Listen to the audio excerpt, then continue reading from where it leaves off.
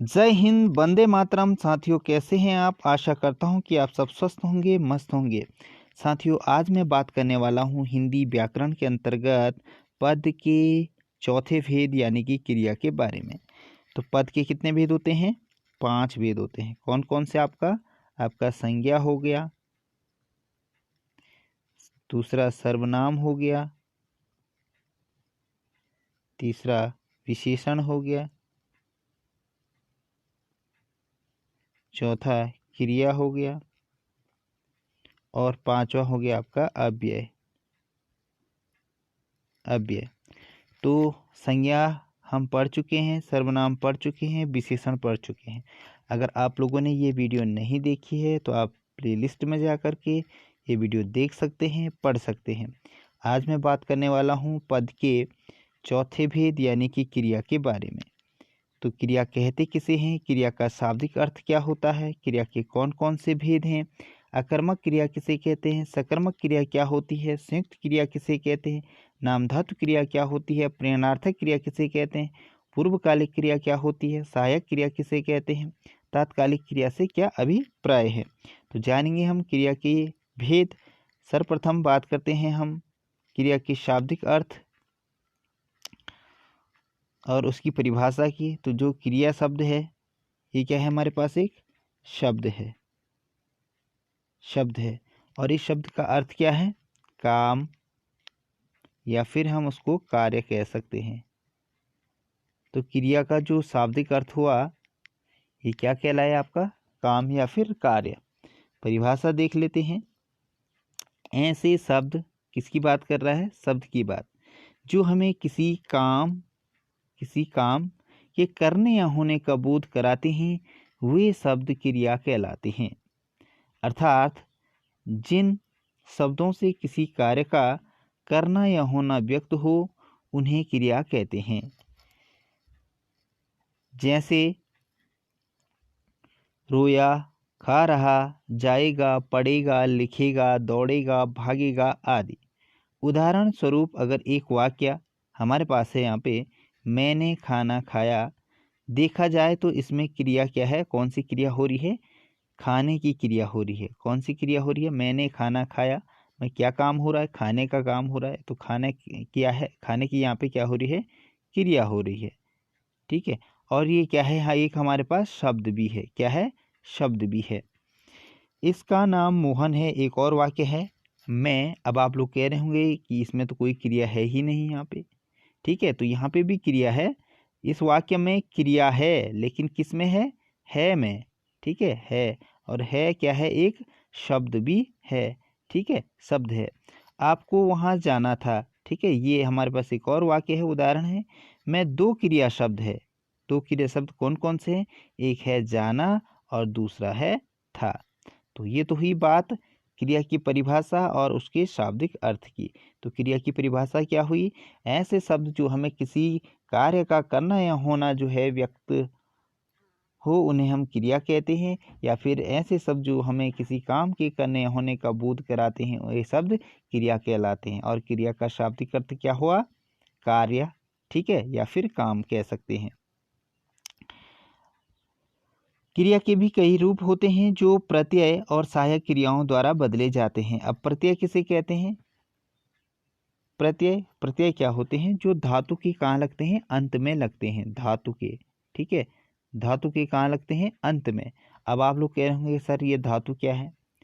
तो धातु होता है जैसे हमारे पास, जैसे यहाँ पे हमारे पास शब्द है लिखना। क्या है? लिखना। तो ये लिखना कैसे बना है? लिख धन ना बराबर क्या होता है? फिर लिखना। ठीक है, तो यहाँ पे लिख क्या है हमारे पास? मूल धातु है। क्या है? मूल धातु। और ये ना क्या है हमारे पास? ना क्या है? ये प्रत्यय है। क्या है? प्रत्यय। ठीक है, तो ये मूल धातु में ना प्रत्यय लगने से क्या शब्द बना है यहाँ पे? लिखना। ठीक है, तो धातु ये है जो प्रत्यय और उपसर्ग, प्रत्यय को हटा करके जो हमारे पास शेष बच जाएगा उसे हम क्या कहेंगे? धातु कहेंगे। ठीक है, इतना समझ में आ गया। क्रिया के रूप से उसके विषय, संज्ञा, सर्वनाम की लिंग वचन का भी पता चल जाता है। सर्वनाम में पढ़ा चुका हूँ, संज्ञा में पढ़ा चुका हूँ, लिंग और वचन में आपको नेक्स्ट वीडियो में समझा दूंगा। ठीक है। क्रिया वह विकारी शब्द है। विकारी शब्द क्या होता है? ऐसे शब्द जिन्हें हम क्या कर सकते हैं? परिवर्तन कर सकते हैं, उन्हें विकारी शब्द कहते हैं। उदाहरण के तौर पे जैसे मैं कैसा शब्द है हमारे पास? विकारी शब्द है। अब हम इसको बदल सकते हैं। तो मैं यानी कि किसके लिए हम इस्तेमाल करते हैं? स्वयं के लिए करते हैं। और जैसे हम लिखते हैं कक्षा में आज 30 विद्यार्थी थे, तो कक्षा में हम इस मैं को इस्तेमाल करते हैं। स्वयं के लिए हम मैं ये लिखते हैं। अब दूसरे शब्दों में हम मैं यानी कि स्वयं के लिए हम क्या कहते हैं? मुझे। ठीक है, मुझे या फिर मैं हो गया। तो हमको ये जो मैं से मुझे जो बात आई, ये परिवर्तन हो गया, यही विकारी शब्द होते हैं। अब बात आती है यहाँ पे, जिससे किसी पदार्थ या प्राणी के विषय में कुछ विधान किया जाता है अथवा जिस विकारी शब्द के प्रयोग से हम किसी वस्तु के विषय में कुछ विधान करते हैं, वे क्रिया कहलाते हैं। जैसे पढ़ना, लिखना, खाना, पीना, खेलना, सोना आदि। क्रिया के साधारण रूपों के अंत में ना लगा होता है। क्या लगा होता है? ना लगा रहता है।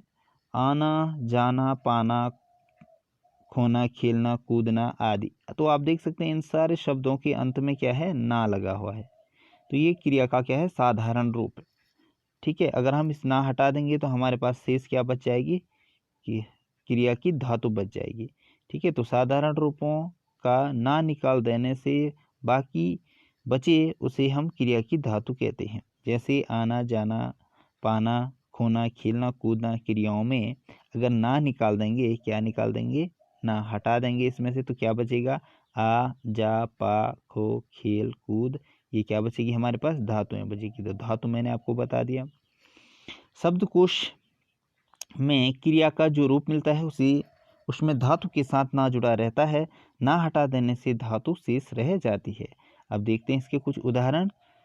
जैसे हमारे पास कुछ उदाहरण हैं यहाँ पे कि राकेश गाना गाता है, मोहन पुस्तक पढ़ता है, मनोरमा नाचती है, मानव धीरे धीरे चलता है, घोड़ा बहुत तेज दौड़ता है। तो दिए गए वाक्य में गाता है, पढ़ता है, नाचती है, दौड़ता है, चलता है आदि शब्द किसी काम के करने होने का बोध करा रहे हैं, तो यह क्रिया कहलाएंगे। ये तो ही बात क्रिया की। अब बात करते हैं इसके भेद की। तो क्रिया के मुख्य दो भेद होते हैं, अकर्मक और सकर्मक। कितने भेद होते हैं? क्रिया के मुख्य जो भेद हैं वो दो भेद हैं, और संरचना या प्रयोग के आधार पर क्रिया के कितने भेद होते हैं? 6 और भेद होते हैं। संयुक्त क्रिया, नामधातु क्रिया, प्रेरणार्थक क्रिया, पूर्वकालिक क्रिया, सहायक क्रिया और तात्कालिक। ये किसके आधार पर है? संरचना या प्रयोग के आधार पर। ठीक है। क्रिया के 6 भेद होते हैं, और नहीं तो क्रिया के मुख्य कितने भेद होते हैं? 2 भेद होते हैं। तो आज हम क्रिया के मुख्य 2 भेद यानी कि अकर्मक और सकर्मक क्रिया को पढ़ने वाले हैं। तो बात करते हैं सर्वप्रथम अकर्मक क्रिया की। इसकी परिभाषा एवं इसके कुछ उदाहरण जान लेते हैं। अकर्मक क्रिया, पहले हम इसी शब्द के ऊपर फोकस करते हैं। अकर्मक क्रिया होती क्या है? जैसे अकर्मक को अगर हम देखें तो अ का मतलब होता है नहीं। अ का अर्थ क्या होता है? नहीं। कहते हैं ना, अब आप लोग कह रहे होंगे सर कैसे? हमने कहा जैसे कहते हैं हम कि सत्य बात है। बात क्या है? सत्य है। हमारे पास कुछ कहा, हमने कहा कि आपने सत्य कहा, सत्य कहा, लेकिन हम इसमें अगर अ लगा देंगे तो अ का मतलब ये क्या हो गया? अब असत्य हो गया। ठीक है। तो यहाँ पे अ लगने से ये क्या है कि नहीं, सत्य नहीं है। ठीक है। तो अ लगाने से क्या है कि नहीं, सत्य नहीं ये बात। तो अ का अर्थ किस में आया? आपका नहीं में आया। समझ गए? ठीक है। तो यहाँ पे क्या है? मैंने नहीं कर्म हो जिस क्रिया में, यानी कि नहीं कर्म हो जिस क्रिया में, वो क्रिया क्या कहलाएगी? अकर्मक क्रिया। ऐसी परिभाषा बता रहा हूँ मैं, ट्रिक है, आपको याद रखना है, ध्यान देना है। ठीक है। तो अ का अर्थ क्या हो गया? और मैंने नहीं कर्म हो जिस क्रिया में, वो कौन सी क्रिया कहलाएगी? आपकी अकर्मक क्रिया कहलाएगी। अब यहाँ पे कौन सी परिभाषा दे रखी है देख लेते हैं। तो अकर्मक क्रिया का अर्थ होता है कर्म के बिना या कर्म रहित। वही बात आई। ठीक है। जिन क्रियाओं को कर्म की जरूरत नहीं पड़ती, या जो क्रिया प्रश्न पूछने पर उत्तर नहीं देती उन्हें अकर्मक क्रिया कहते हैं। जब आप प्रश्न करें और आप जिससे प्रश्न करेंगे, अगर आपने कहा क्या कर रहा है, तो उस क्या प्रश्न पूछने पर अगर आपको कोई उत्तर नहीं मिलता है तो वहाँ पर कौन सी क्रिया होगी? आपकी अकर्मक क्रिया होगी। अर्थात जिन क्रियाओं का फल और व्यापार कर्ता को मिलता है उसे अकर्मक क्रिया कहते हैं। तो अकर्मक क्रिया में होता क्या है? अकर्मक क्रिया में एक कर्ता होता है, कर्ता और एक क्रिया होती है। ठीक है, केवल ये दो चीज़ें होती है, एक कर्ता और एक क्रिया होती है। ठीक है, जैसे यहाँ पे हमारे पास उदाहरण है, जैसे तैरना हो गया, कूदना हो गया, सोना, ठहरना, उछलना, मरना, जीना, बरसना, रोना, चमकना, हंसता, चलता, दौड़ता, लजाना, होना, बढ़ना, खेलना, अकड़ना, डरना, बैठना है, उगना, जीना, चमकना, डोलना, मरना, घटना, फांदना, जागना, बरसना, उछलना, कूदना आदि। तो ये सब क्या है? अकर्मक क्रिया के क्या है? उदाहरण है। अगर आपके पास परीक्षा में कोई भी इनमें से कोई भी शब्द आता है तो ये सब किसके अंतर्गत आएंगे? अकर्मक के अंतर्गत आएंगे। किसके अंतर्गत आएंगे? अकर्मक क्रिया के अंतर्गत आएंगे। जब तैरता है आदमी, हंसता है, कूदता है, सोता है, सोना है, रोना है, मरना, जीना, जो भी है, इसमें कुछ भी क्या नहीं होती है? क्रिया नहीं होती है। तो ये सारे हमारे किसके उदाहरण हो गए? अकर्मक क्रिया के क्या हो गए? उदाहरण हो गए। देखते हैं इसकी कुछ परिभाषा, अन्य उदाहरण देखते हैं इसके।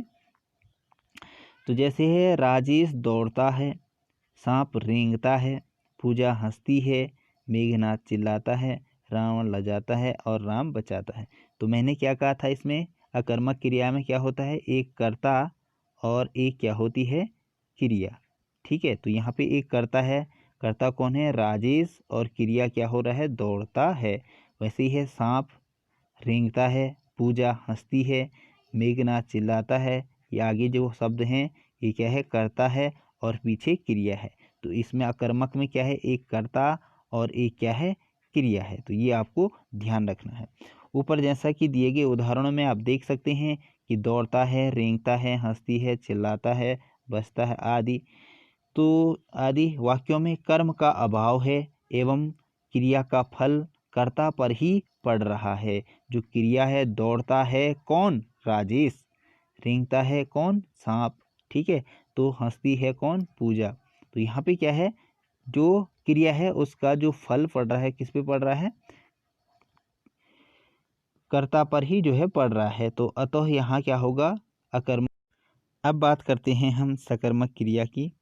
सकर्मक क्रिया क्या होता है? सकर्मक साथ, का मतलब है यहाँ साथ कर्म हो जिस क्रिया में हो कहलाएगी आपकी कौन सी क्रिया? सकर्मक क्रिया। और अकर्मक क्रिया में क्या था? और मैंने नहीं कर्म हो जिस क्रिया में वो कहलाएगी अकर्मक क्रिया। तो देख लेते हैं यहाँ पे इसकी परिभाषा कि सकर्मक का अर्थ होता है कर्म के साथ। क्या होता है? कर्म के साथ।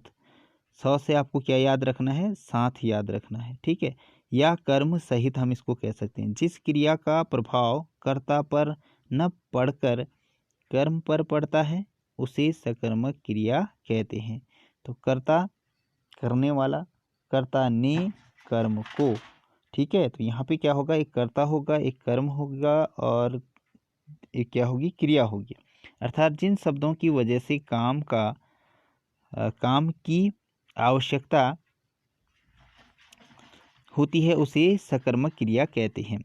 दूसरे शब्दों में हम कह सकते हैं कि जिस क्रिया में कर्म का होना जरूरी होता है वह क्रिया सकर्मक क्रिया कहलाती है। अर्थात इन क्रियाओं का असर कर्ता पर न पड़कर कर्म पर पड़ता है, सकर्मक अर्थात कर्म के साथ। ठीक है, तो ये तो हुई बात। उदाहरण है, जैसे इस उदाहरण के माध्यम से समझाता हूँ। विकास पानी पीता है, तो इसमें पीता है क्या है? क्रिया है। ठीक है, क्रिया का फल कर्ता पर न पढ़कर, ठीक है, विकास पर न पढ़कर, कर्ता कौन है? विकास, कर्ता हो गया आपका विकास, पर न पढ़कर उसके कर्म पर पड़ रहा है। तो कर्म क्या है? यहाँ पे पानी पीने का क्या हो रहा है? कर्म हो रहा है। ठीक है। तो रहा अतो यह क्या कहलाएगा, सकर्मक क्रिया कहलाएगी। ठीक है। तो सात हो कर्म जिस क्रिया में क्या होगा, सकर्मक क्रिया। अकर्मक में क्या था आपके पास, एक कर्ता था और एक क्या थी, क्रिया थी। ठीक है, एक कर्ता और एक क्रिया किस में था आपका, अकर्मक में।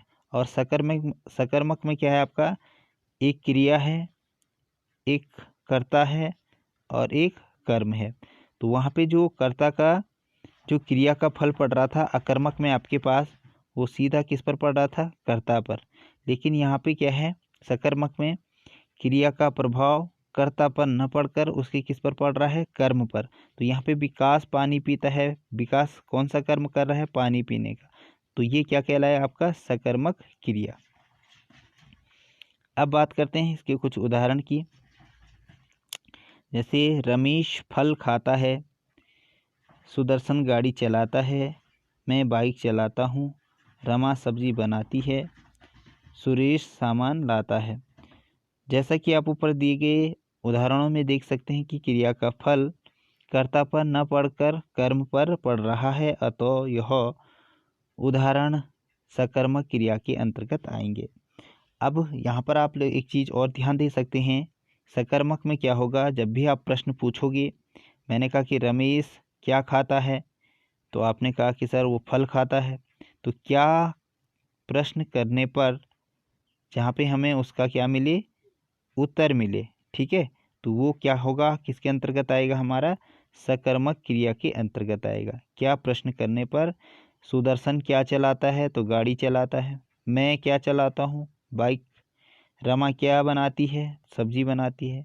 सुरेश क्या लाता है, तो सुरेश सामान लाता है। तो ये बीच के जो शब्द हैं आपके, फल हो गया, गाड़ी हो गई, बाइक हो गया, ठीक है, सब्जी हो गया और सामान हो गया। ये कैसे शब्द हैं हमारे पास, कर्म। ठीक है, तो कर्म कर रहे हैं कि फल खाने का कर्म हो रहा है। और आगे के जो शब्द हैं हमारे पास क्या है, करता है, संज्ञा शब्द भी हैं वो, ठीक है, और करता है इस वाक्य में। तो यह आशा करता हूँ कि ये आपको समझ आया होगा। अब बात करते हैं सकर्मक क्रिया के भेद की। तो सकर्मक क्रिया के भी कितने भेद होते हैं, तीन भेद होते हैं। हम क्या पढ़ रहे हैं, क्रिया। क्रिया के मुख्य कितने भेद हैं, दो भेद हैं। कौन कौन से हैं, अकर्मक और सकर्मक। सकर्मक के फिर कितने भेद होते हैं, सकर्मक के तीन भेद होते हैं, ठीक है, ये याद रखना। और संरचना और प्रयोग के आधार पर जो क्रिया के भेद हैं वो कितने हैं, 6 भेद अलग हैं, ठीक है। तो वो नेक्स्ट वीडियो में मैं इन 6 भेदों पर क्या है, चर्चा करूँगा। अभी हम जान लेते हैं सकर्मक क्रिया के भेद। तो सकर्मक क्रिया का जो पहला भेद है, पूर्ण एक कर्मक क्रिया, यानी कि पूर्ण एक कर्म, जिसमें क्या होगा, एक कर्म होगा, जिस क्रिया में, वो क्या कहलाएगा, अकर्मक क्रिया कहलाएगी। ठीक है, तो यहाँ पे देख लेते हैं, जिस क्रिया में केवल एक कर्म के पूरे होने का पता चलता है उसे पूर्ण कर्मक क्रिया कहते हैं। नाम से स्पष्ट है, पूर्ण एक कर्मक क्रिया। जैसे वह रोटी खाता है, वह रोटी खाता है, निश्चित है कि कोई एक आदमी है, वह क्या खा रहा है, रोटी खा रहा है। श्याम टीवी देखता है, तो श्याम क्या है, अकेला है, एक कर्म का बोध हो रहा है, ठीक है, तो क्या कर्म कर रहा है, टीवी देखने का कर्म कर रहा है, तो यहाँ पे देख रहा है, तो यहाँ पे क्या होगा, पूर्ण एकर्मक क्रिया। अब बात आती है इसके दूसरे भेद, यानी कि पूर्ण द्विकर्मक क्रिया। नाम से स्पष्ट है, जिसमें क्या होंगे, दो कर्म होंगे, करने वाले कितने होंगे, दो लोग। तो द्विकर्मक का अर्थ होता है दो कर्म वाला या दो कर्म सहित। जिस क्रिया के साथ दो कर्म पूर्ण रूप से अपूर्ण होने कर्म के साथ कर्मों के पूर्ण होने का पता चलता है, उसे द्विकर्मक क्रिया कहते हैं। इसमें पहला कर्म प्राणीवाचक होता है और दूसरा कर्म निर्जीव होता है, उसे द्विकर्मक क्रिया कहते हैं।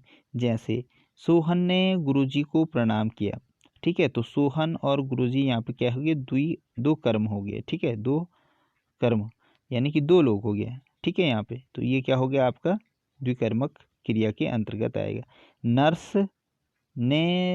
नर्स रोगी को दवा पिलाती है, तो नर्स और रोगी यहाँ पे दो लोग हो गए हैं, ठीक है, तो यहाँ पे किसके अंतर्गत आएगा, आपका द्विकर्मक के अंतर्गत, ठीक है। अब बात आती है आपके अपूर्ण क्रिया की। अपूर्ण नाम से स्पष्ट है, जिसमें कुछ भी पूर्ण ना हो वो अपूर्ण क्रिया होगी। जब क्रिया के होते हुए तथा क्रिया और कर्म के रहते हुए भी अकर्मक और सकर्मक ये दोनों के अंतर्गत आएगा। अकर्मक और सकर्मक क्रिया स्पष्ट अर्थ न दे वह अपूर्ण क्रिया होती है। इसके अर्थ को पूरा करने के लिए जिन शब्दों का प्रयोग किया जाता है वे पूरक कहलाते हैं। जैसे अपूर्ण क्रिया का उदाहरण हो गया तुम हो। अब तुम क्या हो? अपूर्ण शब्द है ना। तुम हो, विद्यार्थी हो, बुद्धिमान हो, बुद्धिहीन हो, क्या हो? तो यहाँ पे क्या है? तुम बुद्धिमान हो। तो यहाँ से जो बुद्धिमान शब्द लगने से वाक्य क्या हो रहा है? पूर्ण हो रहा है। ठीक है। लेकिन तुम हो पता ही नहीं चला क्या हो। जैसे है मैं अगले वर्ष बन जाऊंगा। ठीक है, मैं अगले वर्ष बन जाऊंगा। तो मैं अगले वर्ष क्या बनूंगा? कुछ पता ही नहीं चल रहा। इससे अपूर्ण हो गया ये। ठीक है, लेकिन मैं अगले वर्ष अध्यापक बन जाऊंगा। तो इससे आपको क्या है? पता चला कि क्या बनने वाला हूँ। तो यहाँ पे पूर्ण और अपूर्ण ये थे। तो आज के लिए इतना काफ़ी है। कल फिर मिलेंगे। जय हिंद। आगे के वीडियो में हम क्रिया के 6 भागों पर चर्चा करेंगे। धन्यवाद।